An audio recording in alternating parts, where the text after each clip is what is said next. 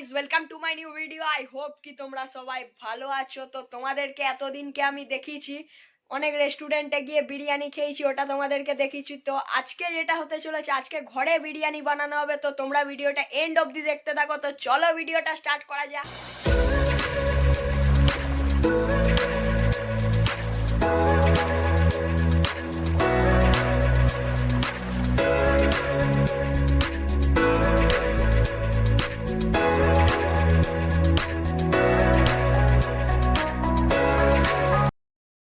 তো guys, chicken বিরিয়ানির জন্য প্রথমে এইখানে দেখতেই পারছো, এখানে আদা রসুন পেস্ট আর লঙ্কা গুঁড়ি, হলুদ, যেগুলো আরও লাগে ওগুলো সব দিয়ে এটা ম্যারিনেট করতে রেখে দিতে হবে প্রায় 1 ঘন্টার জন্য।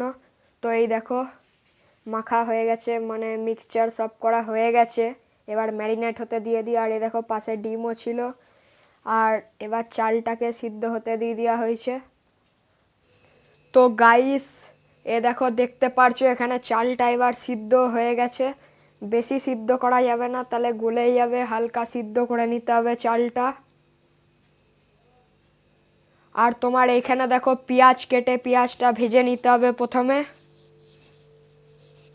তো এই দেখো পেঁয়াজ ভাজা হয়ে গেছে। তো কিছুটা মাংসটা যেটা কষা হবে ওর মধ্যে মিক্স করে দিতে হবে, মানে দিয়ে দিতে হবে। আর কিছুটা রেখে দিতে হবে, যেটা উপরে মানে লাস্টে বিরিয়ানির আগে ডেকোরেশন করতে হয়। আর এই দেখো আলুও আছে এখানে। আর এটা হলো কেশর। কেশরটা দুধের মধ্যে ভিজিয়ে রাখতে হবে কিছুক্ষণের জন্য, ওই আধ ঘন্টা মতো। তো এ দেখো এইখানে চাল, মানে রাইসটার মধ্যে এখানে আলু সব মিক্স করে মাংসর যে কারিটা মানে ঝোলটা যেটা হয়েছে ওটাও দিয়ে দেওয়া হয়েছে এখানে। নিচে চালটা দেওয়া হয়েছে, তারপরে এটা মানে চিকেনটা। আর এ দেখো বিরিয়ানির উপরেও, উপরটা দেখো কি সুন্দর লাগছে দেখতে। উপরে অনেক কিছু দেওয়া হয়েছে, ধনে পাতা, কেশর জল। এ দেখো আরেকটু মানে কেশর যেটা মিক্স করা ছিল, কেশর দুধ, ওইটা আরেকটু দেবো এখানে। তো এগুলো দেওয়ার পরে এবারে এখানে এ দেখো আটা দিয়ে ভালো করে সাইডগুলো মুড়ে দিতে হবে। তো এবার মিক্সও হয়ে গেছে এখানে বিরিয়ানিটা। এ দেখো মিক্সও করে নেওয়া হয়েছে। তো ফাইনালি এবার চলে এসছে প্লেটে। এবার এটা খেয়েই দেখা যাক এটা কেমন খেতে।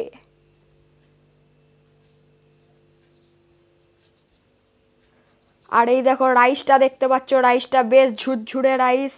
আর তার সাথে দেখো আলুটা বেশ ভালো সিদ্ধ হয়েছে। আর এখানে আমি 3 পিস চিকেন নিয়ে নিয়েছি। আর এই দেখো লেগ পিসও নিয়ে নেওয়া হয়েছে। তো তোমরা এটা বাড়িতে খুব ইজিলি বানাতে পারো।